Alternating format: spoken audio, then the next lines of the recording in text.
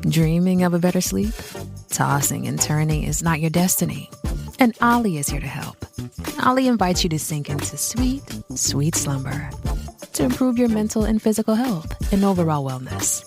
More than just melatonin, Ollie's ingredients help you unwind your mind for a delightfully dreamy drift off. Sleep is on the way at Ollie.com. That's OLLY.com. This episode is brought to you by Hyperice, the leader in advanced warm-up and recovery technology. They have tons of innovative products, like Venom-heated wearables to help soothe sore back muscles, Normatec compression boots to speed up recovery and increase circulation, and Hypervolt massage guns to improve mobility. Loved by athletes like Naomi Osaka and Erling Haaland. Try them yourself. Get 10% off your order with the code MOVE at Hyperice.com. This is Optimal Health Daily, episode 2491. Is Food Addiction for Real? By Laura Hout with PsychAlive.org. And I'm Dr. Neil, your very own personal narrator. Hey there, welcome to a Thursday edition of Optimal Health Daily. This is one of a few shows where we read to you from blogs for free so that you don't have to read them yourself, except on Fridays. That's where I answer your questions. But with that, let's get right to today's post as we optimize your life. Is Food Addiction for Real? By Laura Hout with PsychAlive.org. People often ask, is there such a thing as food addiction? And the answer for many is a resounding yes. Experts, dancing on the head of a pin, dismiss overeating as a behavioral addiction, much like gambling or internet use.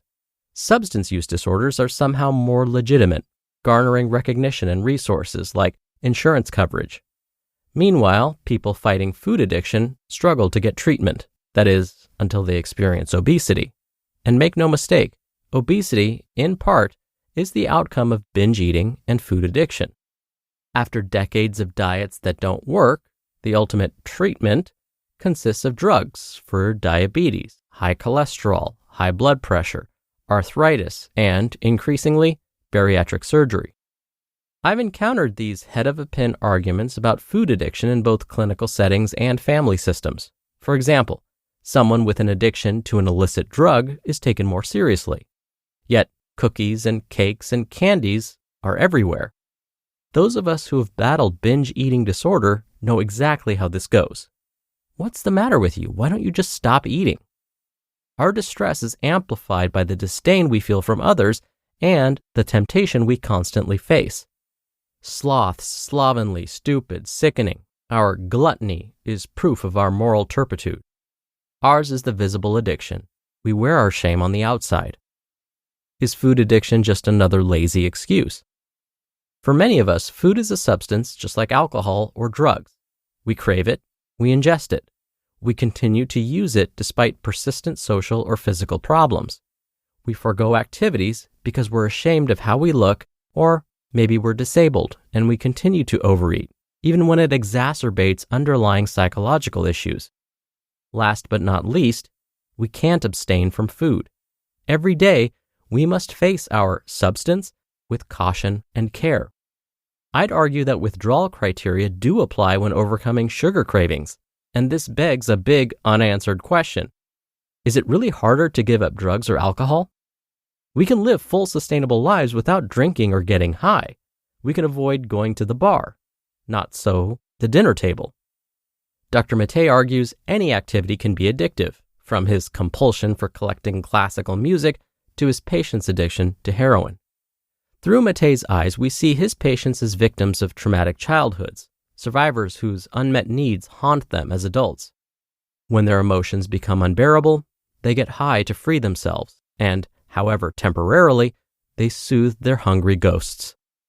This description fits the dissociative trance described by binge eaters I've assisted, who describe being in a daze during and after a binge. Men and women alike say, "I don't know what happened," or "I woke up in the morning with food wrappers all around me." In the labyrinth of binge eating, Hilda Doolin Lee and other women discuss how it feels to binge. One woman said, "I don't know, I guess maybe a sense of relief more than anything." "It's more than relief," says another woman. I feel a sense of euphoria. The first bite is wonderful, another says. I feel soothed and comforted. Anxiety just disappears. Everything is kind of quiet and calm and slowed down. But another woman says, after a while I don't feel anything. I don't even taste the food. I just feel numb. Yes, someone else agrees. Disconnected, numb, and no pain either, someone adds. I think that void, that disconnection, is what I'm after all along. That numbing that binging brings. Why would we eat to go numb? By now, many have heard of the ACE questionnaire, but few know it originated in a weight loss clinic. Puzzled as to why his most successful patients were dropping out after losing weight, Dr. Vincent J. Felitti stumbled upon the answer. He accidentally asked a patient how much she weighed when she first had intimate relations, but he had meant to ask how old she was. Her shocking answer was 40 pounds.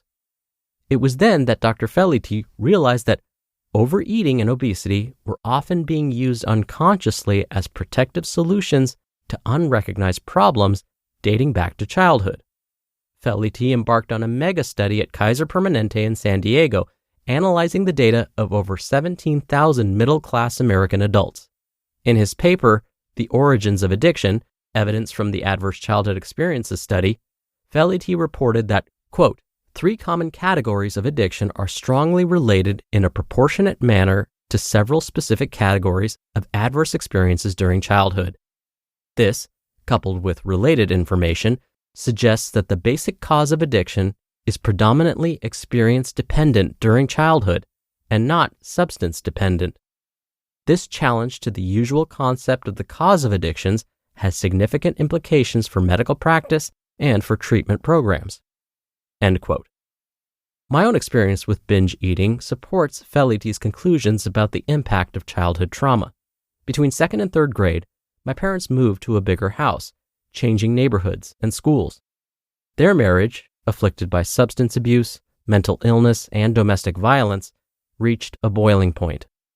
Looking back, it's not surprising that the outgoing 7-year-old I'd been became a lonely, overweight 8-year-old. School wasn't safe either. I was the new kid, the fat kid, taunted by classmates who gleefully discovered that my last name rhymed with lout, rout, snout, pout, kraut, and stout. Food was my solace. I was terrified. I was alone. Soon I began having nightmares where one or the other of my parents killed me. They separated when I was 11. The booze and violence escalated, and I became a pawn in their divorce wars. At 13, I tried the Atkins diet and binge restricted my way through high school. When I was 18, my father killed himself. When I was 21, a partner dumped me and I regained 60 pounds. Yet none of these things were addressed when, as a moderately obese young person, I was admitted to a medical weight loss program. I was promptly put on a liquid protein diet, which was made from cow's hooves, as I recall, and left to wrestle my hungry ghosts. Why couldn't I stop eating? What was wrong with me? Food was my solace. Now, food was my nemesis. Food addiction and obesity. Clearly, we need to help people who are overweight or obese in a more comprehensive, compassionate manner. Policymakers and insurers should help patients gain access to physicians, therapists, and nutritionists before they become obese. Not all of those with a food addiction have endured childhood trauma either.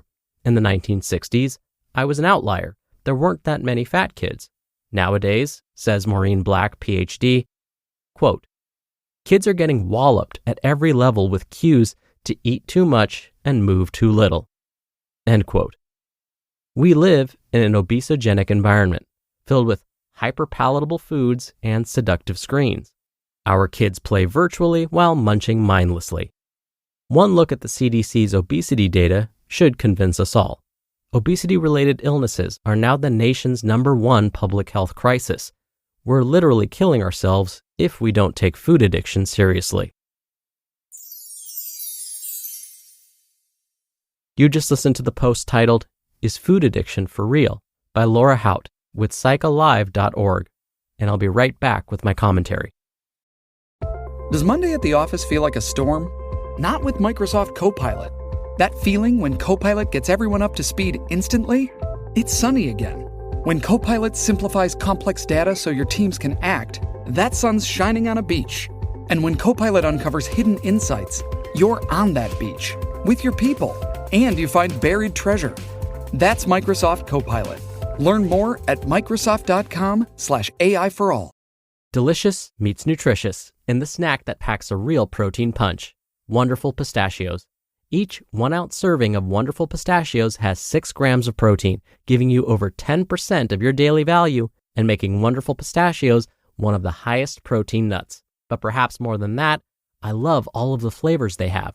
Their sea salt and vinegar ones are my favorite when I'm craving that flavor but want to keep it healthy. But that's just the tip of the iceberg.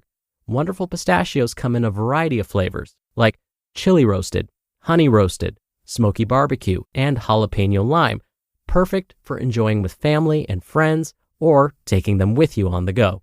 Whether you're a pistachio purist who loves cracking open every nut, or you prefer the convenience of no-shells pistachios, Wonderful Pistachios has got you covered. Grab Wonderful Pistachios and elevate your snacking game today. So fill up with a healthy snack when hunger strikes. Visit wonderfulpistachios.com to learn more. That's wonderfulpistachios.com. Dr. Neil here for my commentary. I really respect today's author, Laura, for sharing her very personal story with us. As she mentioned, the idea that food can be addictive is often debated. Can something be addictive if we can't live without it?